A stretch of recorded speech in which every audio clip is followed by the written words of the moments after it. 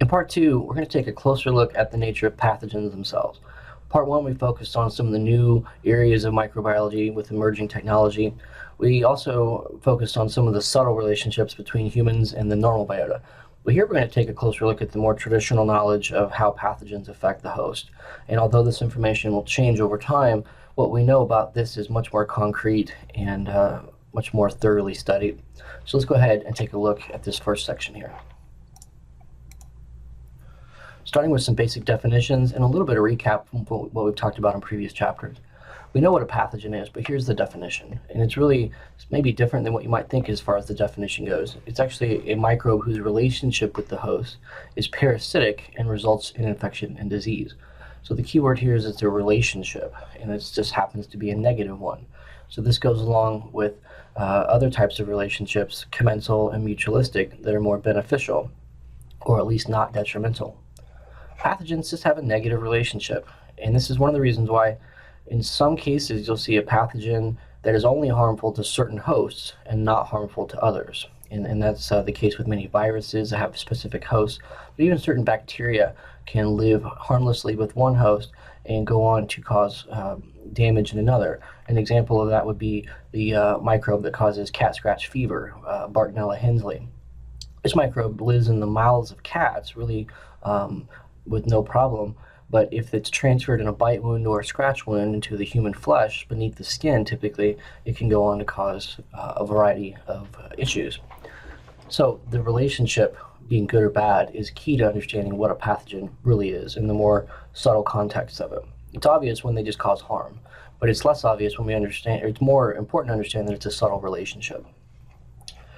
As it says right here, the condition and the parasite and the condition of the host. Also, to clarify here, what is a pathogen under one condition could change. So if you have a weakened immune system, or even if you're just less healthy, maybe you're a smoker, maybe you don't exercise, these types of things can affect the way your body responds to a pathogen. And so it might keep certain, what we would consider pathogens in check, but fail to do so under a weakened immune system.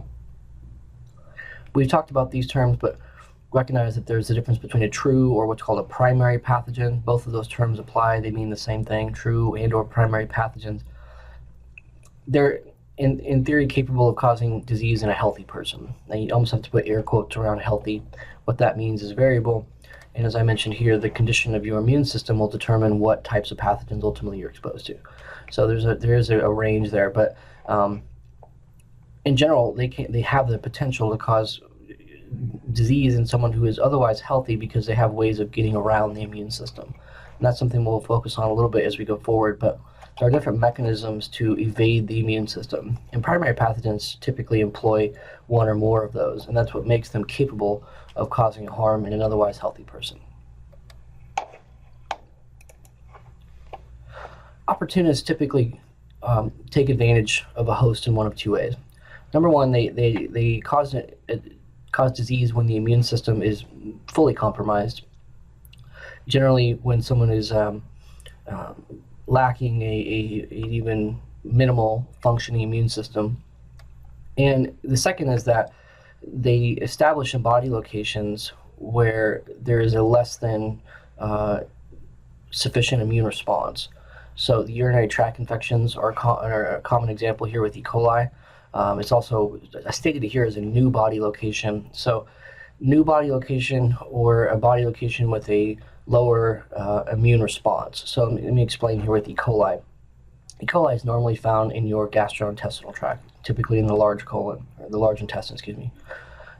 In that location, it doesn't do any harm under the majority of circumstances as far as scientists can tell, but it's definitely problematic when you get too much E. coli into the urinary tract system.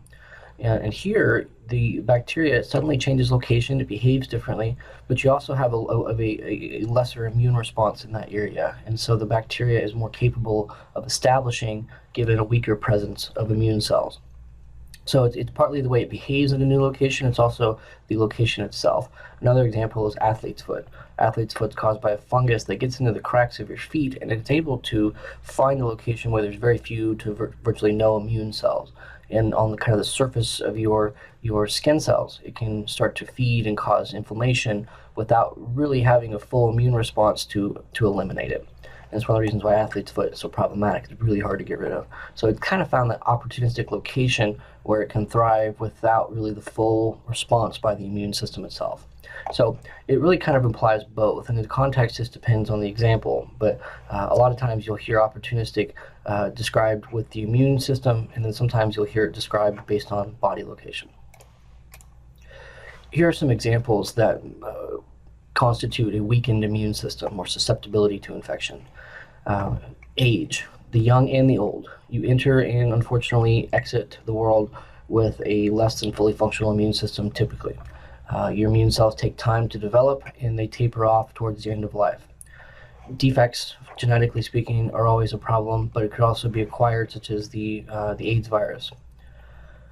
Organ transplants are often deficient due to the organ rejection medications they take, the anti-rejection, immunosuppressants. So they literally take drugs that suppress the immune system to avoid the actual rejection of the organ that would occur otherwise. If your body has underlying diseases, often your full physiological functioning is compromised, and so in general, your body's just functioning at less than 100%, and that can get down to a small fraction of 100%. So obviously I'm being vague here because it just depends on the context. Cancer specifically, you're taking chemotherapy, and chemotherapy and radiation will wipe out your immune cells themselves. So they attack rapidly dividing cells such as skin cells, such as stomach intestinal cells, such as hair cells, and such as immune cells. So chemotherapy tends to make you lose your hair, get sick to your stomach, and have a weakened immune system. And all of those cells involved are rapidly dividing. So it's targeting the cancer cells, which is also rapidly dividing, but it ends up causing issues with all those other cells as a result.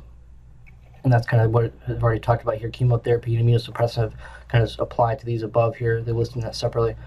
Physical and mental stress, that one's a little harder to clarify. I mean, I certainly don't know as much about exactly how that works, but in general, from what I understand is that the stress has a subtle way of kind of reducing the overall effect of your immune system. I'm honestly not sure exactly how that works. I'm not sure how many people really know the exact mechanism. It's been well known for a long time that stress makes you more susceptible to disease. How exactly that works, I think, is harder to say. Other infections can compromise you because your body is essentially tied up in a way that's trying to combat one infection, and basically your resources are kind of all allocated in one area, and suddenly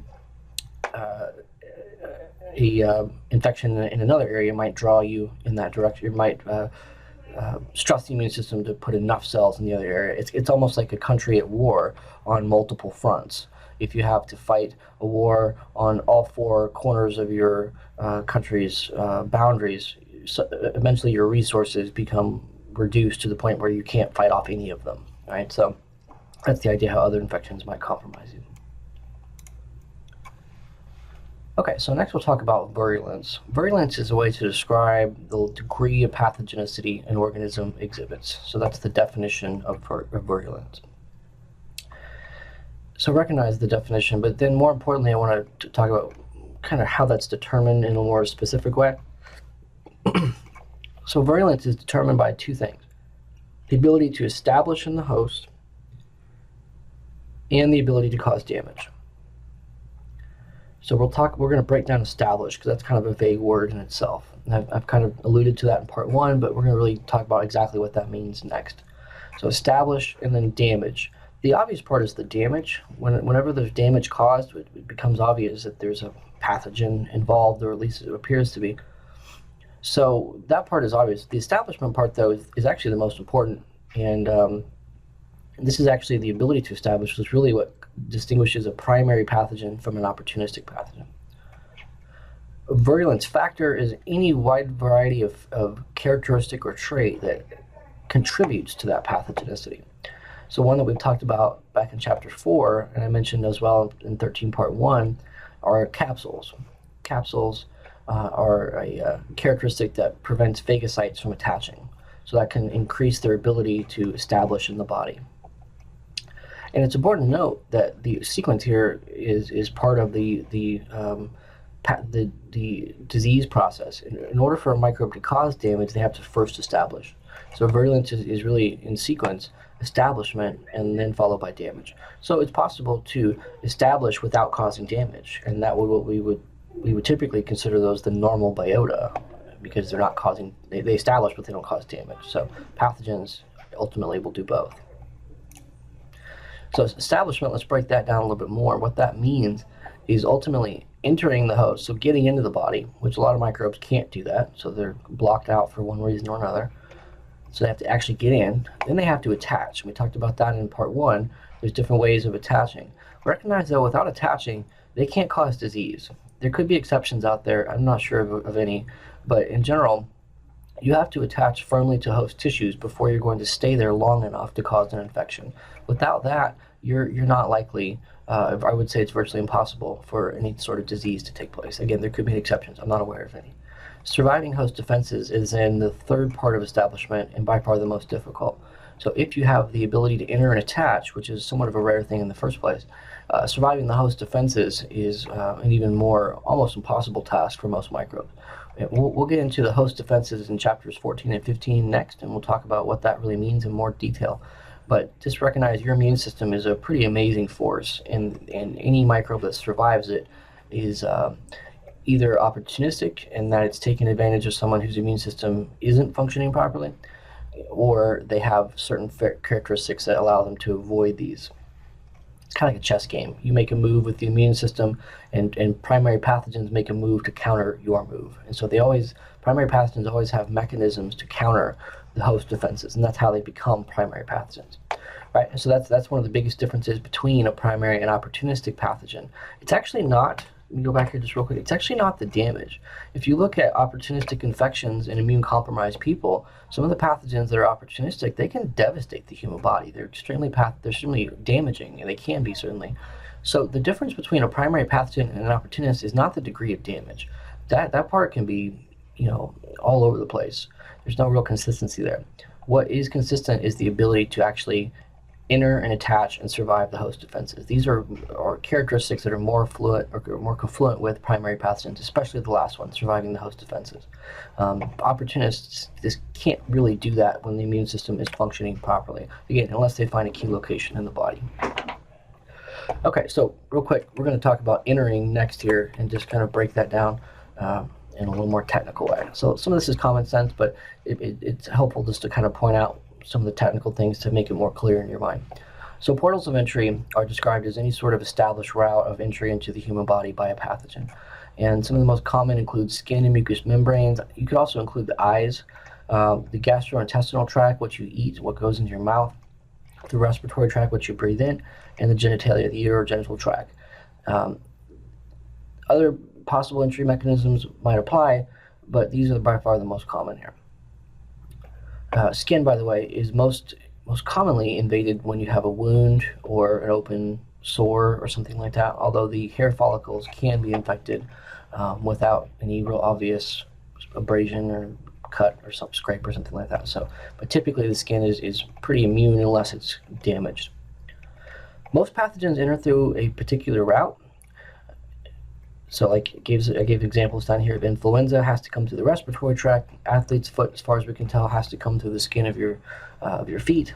It's a nice moist environment down there, by the way, which is why it prefers the feet and not your hands, because the moisture, typically we're wearing shoes, we trap moisture, there's nutrients in there, and they tend to thrive in that particular part of the body. Some pathogens, though, as it mentions here, are adapted to multiple portals. So Staph aureus, one of the most notorious pathogens we talk about, is adapted to virtually all of them. It can more or less cause infection in almost any part of the body. Some are more easily, like wound infections is where it's most notorious, but it can cause respiratory, even urinary tract, which I think is less common. Gastrointestinal, food poisoning and things like that can actually be the result of staph growing in food. So these are less common. Wound infections is by far the most common, but it is possible to cause almost any to enter and establish almost any part of the body. Tuberculosis is another random example the textbook mentions, is able to actually enter through both the respiratory and gastrointestinal tract. And although it typically causes issues in the lungs, it can actually be swallowed, travel to the lungs, and then established there. So the next thing that's key about establishment and especially entry into the body, still kind of focusing on entry here, and this kind of goes along with the portals of entry, The size of the inoculum, often referred to as the infectious dose or the ID of a microbe, refers to the minimum number of microbes needed to cause infection.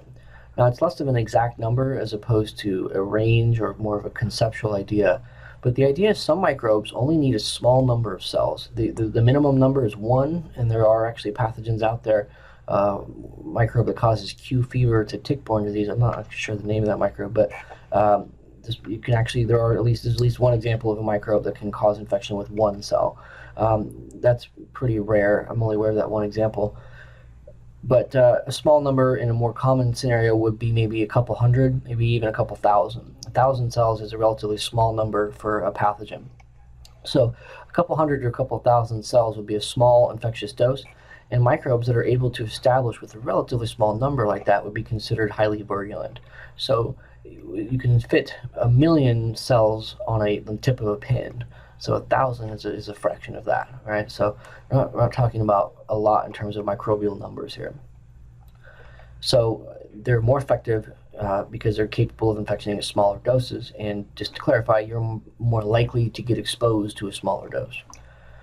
Large infectious doses tend to represent less virulence. Although the microbe is still considered virulent, it takes a higher dose.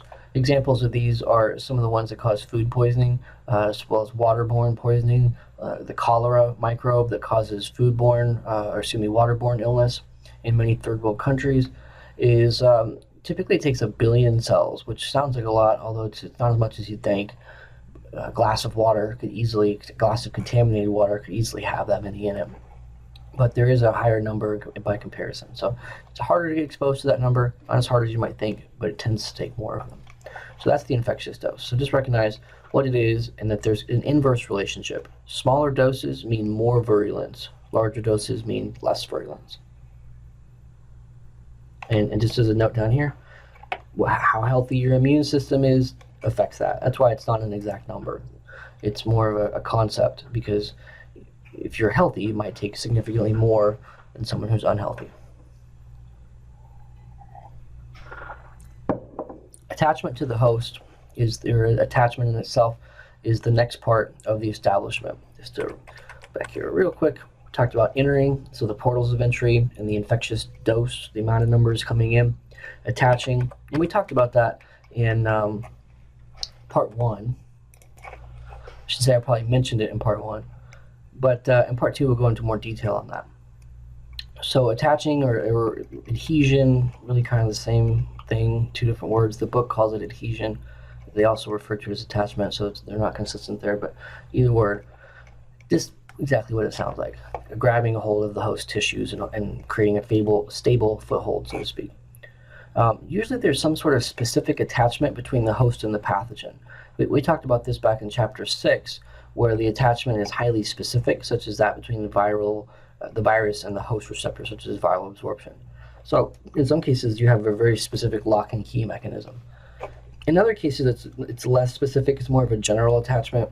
Microbes attaching to the skin, for example. There is usually somewhat of a specific attachment that the microbes use, things like fimbriae, which can attach to key parts of skin cells, but it's not quite as specific as the lock and key mechanism. They can attach usually to a variety of locations in the body where there's similar types of skin cells. So it's not as specific. So there is some degree of specificity, but sometimes it's more highly specific and then less specific. So it depends on the microbe and the part of the body. So some of the attachment mechanisms, we talked about a lot of these back in chapter 5. We talked a lot about the fimbriae, the bacterial pili, capsules and slime layers that help microbes stick to things. These are all common mechanisms. The flagella is even another way as a secondary attachment, but less commonly used in pathogenic microbes. Fungi have various surface proteins, and that's going to fungi and protozoa. I'm going to keep that kind of vague because that depends on the exact species and the context of their particular host. Couldn't find as much information about that either. So there are different ways that they attach. It is somewhat vaguely stated here. Virus, they use the spikes to attach to their host receptors. And helminths, parasitic worms, this is a real picture here, by the way, believe it or not. It's a close-up of I believe that is a hookworm. Could be wrong about that. I think it's a hookworm. And that is kind of an example of what their hooks or suckers and barbs are all slightly different features, but basically their mouth is able to attach to the host by grabbing on with these teeth-like structures, kind of scary looking. But they attach to the host that way. So each one is just a little bit different, but one way or the other, they got to grab a hold and stay there. Surviving the host defenses is the third part of establishment. And if a microbe is able to enter in a sufficient dose, attach long enough to start to grow, the next thing they have to do is survive the host defenses. And again, as I mentioned earlier, this is by far the most difficult part. So this usually is in reference to microbes that are not part of the human microbiome. We mentioned in part one, there's something about the microbes of our biome that don't appear to attract the host defenses. So this is in reference to microbes who are establishing that are not granted access or granted a stay by our body's immune system. So one of the first things that a pathogen will encounter are cells called phagocytes. So these are a type of white blood cell that go around engulfing and destroying pathogens. This is a real picture here. This is the phagocyte. This is the mouth opening, and this is a yeast cell in this example being swallowed up. This is obviously an illustration. But the idea is that they grab a hold, they swallow them, and then they digest them internally. We'll talk about that in chapter 14. But the key idea is that these are pretty much the first line of defense that the cells come in contact with, part of the first line of the immune system that they come in contact with. So if they can't avoid or evade these phagocytes, they're not going to make it much further. Okay, and even if they do, there's next levels of the immune system that are more likely to eliminate them. So it's certainly not a guarantee, even if they can survive the phagocytes. But without being able to avoid these cells, they're not going to last very long in the body. Again, assuming you're healthy. Now, some of the ways that microbes can evade phagocytes are through a series of mechanisms referred to collectively as anti-phagocytic factors. So these are considered a type of virulence factor, anything that increases the degree of pathogenicity. Factors such as these, among others, are what distinguish microbes as primary pathogens. So when it comes to anti-phagocytic factors, there's a bunch of different types, but there are two general strategies that each mechanism employs. Number one is to avoid the phagocyte or key parts of their destructive mechanisms. Talk about what that means further. The second is to just outright and kill or inhibit the phagocyte with toxic substances. Typically, they're killing them by breaking the cell apart and causing it to go through lysis. So either avoid it or kill it. One way or the other, the phagocyte is unable to eliminate them or eliminate them effectively. The most common ways of avoiding phagocytes are through the secretion of slime layers and capsules, the parts of the glycocalyx of microbes. Slime layers are now being recognized to be more common. Microbes in groups can create slime layers, and that makes it virtually impossible for these cells to penetrate the layer, getting into them where they can kill all the microbes or eliminate the microbes. A capsule is more of a mechanism to protect individual bacteria. So here you see a picture of a phagocyte attempting to swallow an encapsulated bacteria, and it just kind of indicating that the capsule repels it, which is what happens. Examples of microbes that can do this: Streptococcus pneumoniae, one that causes pneumonia in the lungs; Salmonella typhi, food poisoning, and typhoid fever; and then Neisseria meningitidis, which is one that causes bacterial meningitis. So all of these are fairly potent pathogens, difficult for the immune system to eliminate them. One of the most insidious mechanisms, though, is that some microbes will actually avoid destruction within the phagocyte. So going back here just real quick, this is what I mean by avoid the phagocytes or key parts of their destructive mechanism. So we're talking here about avoiding parts of their destructive mechanisms. What will actually happen in these examples is the phagocyte will actually engulf the bacteria. So these bacteria can actually be encapsulated, or excuse me, engulfed. This one's showing a capsule bacteria, but the idea is that they're swallowed, and then what happens is they survive inside the phagocyte.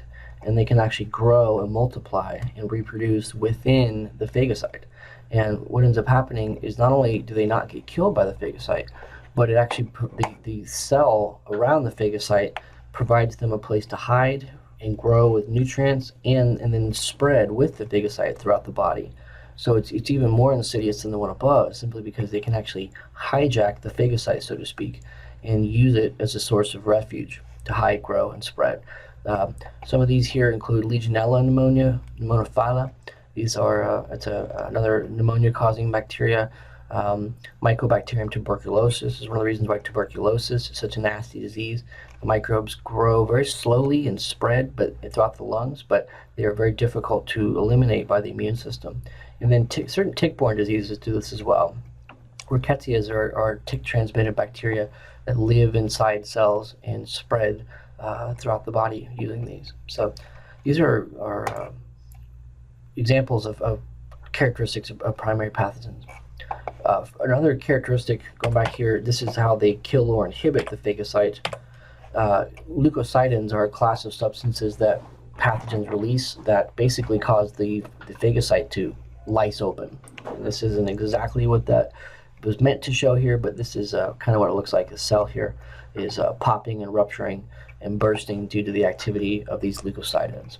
A lot of streptococci and staphylococci, pathogenic strains, produce these, and it results in the lysis, or the bursting of the cell. Okay. So next, let me just back up here just real quick, just real fast. I just want to point out kind of where we're at from where we started here. Still really talking about virulence, getting into all the detail of that. So far we've talked about all the aspects of establishment. They have to get into the body. They have the portals of entry, infectious dose. They have to attach, fimbriae, spikes, hooks and suckers, etc. And they have to survive the host defenses. And so we just finished talking about that in terms of anti-phagocytic factors. And that's not the whole story, but that's a big part of the kind of preliminary understanding. Next then, a virulent pathogen can cause damage and disease, and kind of same context here. So once they go through these steps, they now have the potential to start causing damage. All right, doesn't mean they will, but they have the potential. By the way, they're going to have to typically multiply into higher numbers before that takes place too. So usually you have to have a minimum number to come in, infectious dose, but they usually have to start growing further once they do establish in order to actually cause serious damage. Now, the ways that they cause damage can really be classified into 3 categories as of today, and one of these was just recently added, so it's very possible that they add more to this later. One of the most common and well-known is the secretion of damaging enzymes and toxins. And we talked about enzymes in the last chapter. Toxins work in a very similar way, even though they're technically different, but I want you to kind of think of them in the same way, even though it's not technically accurate, very similar sort of effect. And the idea is that the enzyme in this context has a substrate that often is part of your body tissue. All right, and so the enzyme is actually specific to your body cells, and rather than breaking down some sort of random organic molecule in the environment, they're literally feeding off and breaking down your body tissue. These are almost always catabolic, or enzymes that break things down. So that in itself, is the sheer destruction of your cells through these destructive enzymes, is a huge problem. Another problem is actually the way that they induce your own immune system to overreact or over-exaggerate the response. This is often one of the problems that we have with any sort of infection, is our body is oddly tailored to make us miserable, which is kind of a weird evolutionary twist of things. But the idea is inflammation is your body's immune response, and ultimately it proves to be helpful in most cases. It helps flush things out. It kind of helps keep microbes in one location, raises the body fever, the body temperature through fever in many cases, to kind of help slow microbes down. A lot of times a high temperature starts to cripple their ability to grow and spread. Not always, by the way, but sometimes it does. But the problem with that is that sometimes it actually causes more harm than good. There's kind of a balance where you want so much inflammation to the point that it helps you, But unfortunately, our body is not perfectly evolved to know when exactly that level of inflammation becomes damaging. So sometimes our body will over-exaggerate the immune response in a way that actually causes more damage than the pathogen itself. And it certainly contributes in a majority of cases. It doesn't always mean disease and damage. It can sometimes just be irritation and discomfort, but in a way that's kind of like disease. And then altering the host DNA. This is actually a new mechanism that has only been discovered recently. This one's a little harder to understand, but what they're doing in this context is they're turning on and off certain parts of the host cell's DNA. And this is referred to as an epigenetic mechanism. We haven't talked about DNA yet, so this may be a little harder for you to understand, depending on how much genetics background you've had. I know a lot of you probably haven't, but your DNA controls the cell. Remember the central dogma of biology: DNA, RNA to protein. So your body's producing different proteins and RNA molecules. Well, the microbes can essentially turn on or off parts of the DNA in a way that the cell is not intending to benefit it. The most common is it's going to deactivate certain factors that would otherwise stop the microbe or make it more difficult for the microbe. So by shutting off parts of the host cell's DNA, it can actually disrupt the cell function and actually make it easier for the pathogen to infect. And that's a relatively new mechanism that's been proposed. So let's go back to the enzymes and toxins. You see a figure down here indicating what that might look like. Here you've got some of your own cells as part of a layer of tissue. They're kind of being held together by a called cell cement here. It's called a hyaluronic acid. And in this picture, the bacteria, these little green dots, are releasing these enzymes, these little small black dots, and they're breaking down the glue that holds these cells together. And what that can ultimately do is release nutrients. They can feed off some of this stuff, and it can also facilitate their spread deeper into other tissues. Without these enzymes, they might be relegated to just reside on the surface here, which may not even be harmful. But with these toxins, they can break the body tissue down, which is obviously bad, and spread further to more susceptible areas of the body. So this is a way that microbes can go about causing damage directly with these enzymes and toxins. So this, by the way, is referred to as direct damage. Examples of these enzymes, there are many, but here's 4 examples of some of the most common ones. And they all end with the suffix ase, by the way. Enzymes are almost always named in a way that they end with ase. So mucinase is an enzyme that breaks down the mucus coating in our bodies. Keratinase breaks down a component of our skin called keratin. Collagenase breaks down collagen. Hyaluronidase breaks down the hyaluronic acid, or the cellular glue that I was actually cell cement here they call it, but it's kind of the stuff I was alluding to here. So they typically name it with the suffix ase, and then they usually use the prefix in reference to what it's actually acting upon, or what the enzyme is, what's the enzyme substrate. In this case, it's what it's digesting. So mucin, mucus, keratin, keratin, and then collagenase, collagen, etc. So the naming kind of makes sense once you understand that part of it. So that's a way to cause direct damage. Just to clarify here, secretion of damaging enzymes and toxins is considered a direct mechanism of damage. Inflammation is more of an indirect mechanism of damage, or an inducing an excessive host response. So what happens here, as I mentioned already, is that the immune response will over-exaggerate, do more than necessary, and ultimately cause more harm than good. So we refer to this as indirect damage because ultimately it is the microbe that triggers the inflammation. Your body theoretically wouldn't be responding if it wasn't for the presence of the microbe, but ultimately it's the immune system itself that's causing the damage, only in reaction to the pathogen, not necessarily as a direct action of the pathogen. So for that reason they call it indirect damage. And what this actually is, another kind of interesting, more theoretical side of this, is it demonstrates that pathogenicity is more of the interplay between microbe and the host, as opposed to just one side of it being the pathogen. It is very much in the way our body responds to a pathogen that dictates the disease, as opposed to just the pathogen. By the way, what this figure is showing here is microbes. This would be how, for example, Streptococcus pneumoniae contributes to disease. It also has pathogenic enzymes. but it's difficult, almost impossible for the body to eliminate it because it has a capsule around it.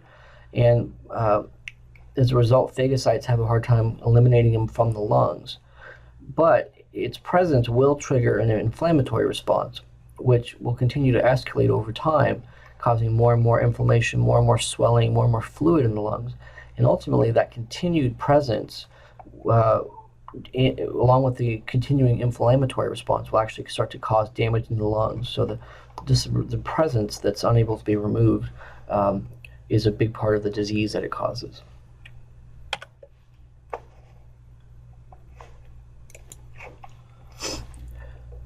Okay, so lastly here are the epigenetic changes in the host cells. So in this mechanism, they are essentially activating or deactivating key regions of the host cell's DNA. And what that does is it shuts off key functions in the cell, which puts the advantage in favor of the microbe.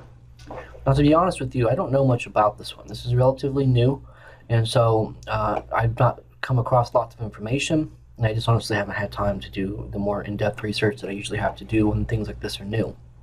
So I'm going to be very vague here. Just be honest with you, it's something I'm not as familiar with. So in general, the way it's been described is that when the cell DNA is deactivated, or key parts of the DNA is deactivated, again, it puts the advantage in favor of the microbe. It can actually damage the cell. If the cell's DNA isn't functioning, that can cause direct damage to the cell. It could also cause loss of cell functions that would otherwise maybe stop the microbe from causing damage or being as effective. So I guess this could really count as both direct and indirect damage. If it causes direct damage through turning off the DNA, I suppose you'd call it direct. And if it's a loss of function that puts the advantage in the microbe, I suppose you call it indirect. So I'm not sure exactly which one you'd classify it as. I suppose it could be both in this context. So again, new area, more will be uncovered later. So for now, I'm going to keep that vague. I won't ask anything real in depth on it. And just recognize that the key part I want you to recognize here is that epigenetic changes are the activation or deactivation of key regions of the DNA, ultimately that cause damage in favor of the microbe. Okay, so next we're going to talk about patterns of infection. So that last slide there kind of summarized the virulence of a microbe, talking about the way it establishes and the types of damage it can cause. So we're going to kind of finish this chapter with a couple notes about the pattern of infection, and lastly a couple things about the persistence and what we call the reservoirs of microbe. So patterns of infection, there are kind of 4 terms here. Among others, there's some more I could have added, but I kind of wanted to keep this short. Basically, it just talks about and describes the ways that microbes can spread throughout the body. All right, so localized is kind of what it sounds like. The microbe tends to enter in one body location, and it remains in that area. So some examples that were mentioned here: boils, skin infection, warts. They enter and they stay in one location. A wound infection might be this way. A systemic infection is one where the microbe enters in one area and then travels to several sites and tissue fluids throughout the body. Usually they take the bloodstream. The bloodstream is like the highway of your body, and once they get in there, they can kind of go anywhere they want. This is more common in serious infection. So most of your viral infections tend to ultimately become systemic, although warts are an example of a viral infection that's localized. But many viral infections tend to become systemic, as well as certain bacteria like syphilis, typhoid fever. These all can become systemic. Histoplasmosis is a fungal infection, but anyways, they travel throughout the body. Focal infection is where microbes, it's kind of like halfway between local and systemic. They'll enter in one location, they'll start to travel, but they really only go from one location to another. So tuberculosis, for example, can enter into the gastrointestinal tract and then travel to the lungs. Strep throat can travel from the back of your throat to nearby areas, such as like the lymph nodes, the tonsils, and other parts of the thoracic area there. So a focal infection is one where they just kind of go from one spot to another. They're not necessarily spreading throughout the body. Strep throat actually can have a systemic effect where the microbe can lead to scarlet fever, where you have more of a systemic infection or systemic symptoms throughout the body. Toxemia is one where you have the infection in one area, but the effect can spread throughout the body. So it's kind of like a systemic infection. The difference is that the microbe's not traveling, it's the actual toxins that are traveling throughout the body. So one example of this is called toxic shock syndrome. This is an area where it's first been recognized in women with ultra-absorbent tampons. Staph aureus is the causative agent. It can grow in that location with within a super-absorbent tampon. And under right conditions, it produces toxins that can then travel throughout the body, causing a very nasty effect on the body. So it's not the microbe itself it's traveling, it's the toxins, and that's the difference there. A lot of subtleties between those, by the way. Those are kind of more the pinpoint way that they work, where a lot of microbes maybe a little more intermediate than it might sound there. I didn't want to go into too much detail on this, but just as microbes can enter the body, they can exit in a similar way through portals of exit. The book goes into more detail, but most of this is fairly common sense. Coughing, sneezing, insects can pick up things and spread them. Blood is obviously contagious if there's pathogens in it. Feces, urine, your skin cells may be one of the less obvious, but your skin cells slough off every day, and they can carry certain pathogens like fungal, like this is how athlete's foot spreads. So for the most part, it's fairly common sense. Body fluid, excretion, secretions, all these things can carry microbes out of the body to somewhere else. I want to spend a little more time talking about the subtle nature of infection, in that not all microbes who appear to be eliminated by the host actually are. So you have, in most cases, you get sick, you have symptoms, you're ill for a period of time, and then you get better, and you're over it, and the microbe is eliminated by the body. Unfortunately, in some cases, that's not always the way it works, where you may actually appear to have recovered, but the pathogen stays in the body and has the host is not always completely destroyed or removed the pathogen. And oftentimes they refer to this sort of dormancy that it goes into as a period of latency. So in other words, you think you're over it, but it's really still there. It's just not obvious. And so in that state, it's considered latent. This is the case with certain viruses. Herpes viruses do this. Zoster virus, herpes zoster virus, is one that can start out as chickenpox, goes away, and then later can emerge as shingles. Hepatitis virus, AIDS virus can do this. Epstein-Barr virus is another one here. So they all appear to go away, but can pop up later. Herpes simplex can have flare-ups over time. Bacteria can do this. Syphilis, typhoid fever, tuberculosis can all be latent infections. Even malaria, protozoa diseases, like Chagas disease is one that's known to have chronic flare-ups. So each one's a little different, but the idea is they kind of go dormant, and they can pop back up and have flare-ups with the immune system, and then repeat that over and over and over again. Another aspect are microbes that technically established, may even technically cause disease, but just don't show significant symptoms. And so these are what are called asymptomatic infections.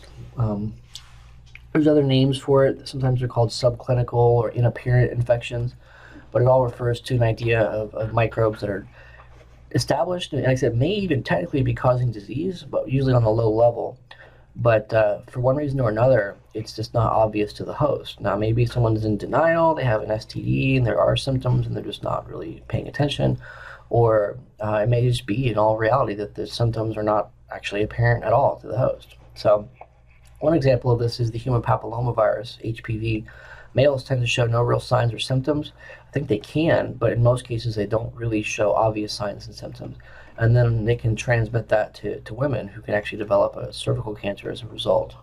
So this is actually a fairly common STD, and it tends to be that the less obvious the infection, the more common it becomes. Because most people, when they have an obvious infection, they tend to get it treated and they eliminate it. But usually those that are less obvious become more common because they're not actually being dealt with. Last thing I want to talk about here are reservoirs. All pathogens have some place where they persist.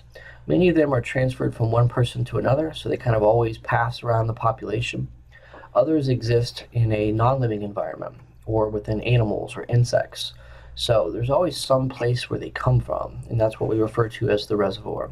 It could be both living and non-living.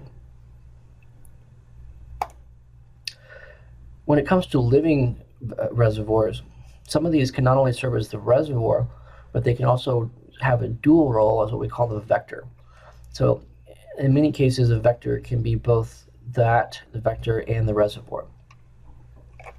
In general, the vector describes an animal that transmits an infectious agent from one host to another. So it's just a living thing.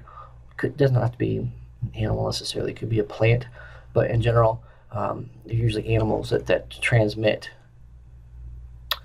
By the way, we'll talk about the term vector in a different context when we talk about DNA in chapter 10.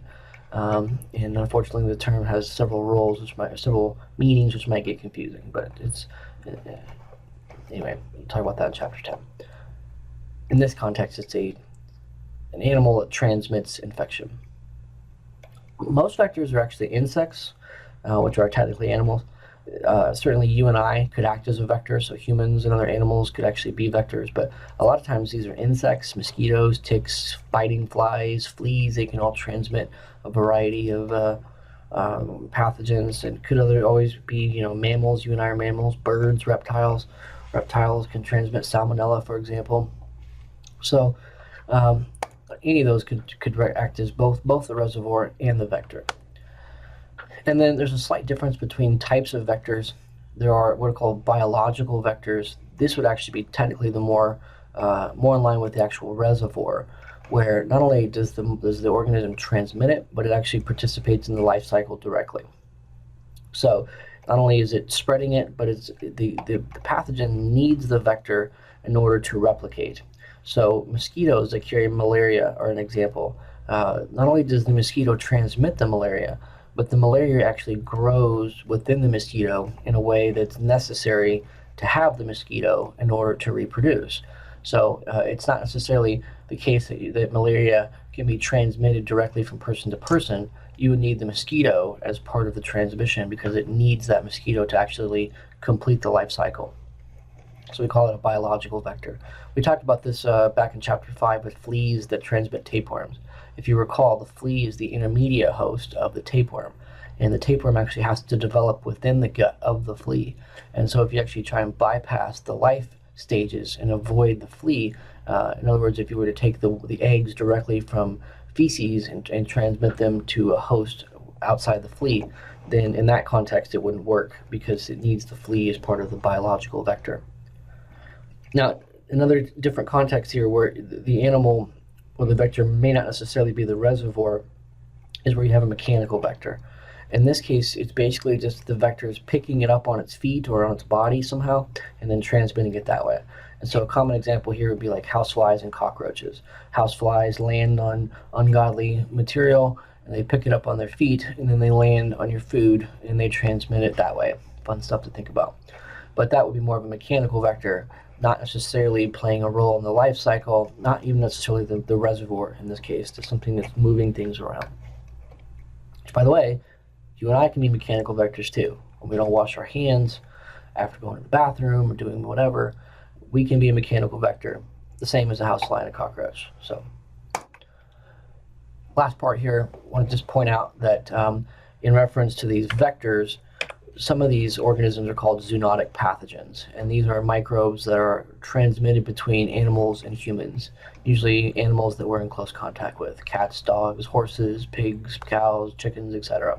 Could be other more obscure animals, but anything that we're kind of in close contact with. So zoonotic pathogens promoted by close contact, over 150. Interestingly, as a quick side note here to finish this up, they've described these as one of the most common emerging diseases, and it's actually thought to be part of a larger process called deforestation and urban sprawl, where humans are tearing down parts of the forest or the rainforest or other areas where they haven't typically been. This displaces many animals, and it causes them to spread to new areas where there may be more people than they would have gone otherwise. and as a result, it increases the spread of microbes, maybe slowly, but the more and more we break things down that were previously undisturbed, the more we kind of displace animals that might spread diseases to us that otherwise we may have never had any contact with. So it's kind of an unfortunate consequence of urban development, is that you kind of stir up these microbes and these pathogens that otherwise you never probably would have come in contact with. So that is the last part of chapter 13. There's a lot more in the chapter, the textbook, that we didn't cover. So I kept this short, and it still ended up being fairly long in the two parts combined. So anyway, just recognize if you're interested in this, you can certainly learn a lot more from chapter 13. But I'm going to keep it to this for our lecture. Next, we'll do the immune system, chapter 14 and 15, and we'll get into how the body responds to these pathogens. All right, hope you have a great day.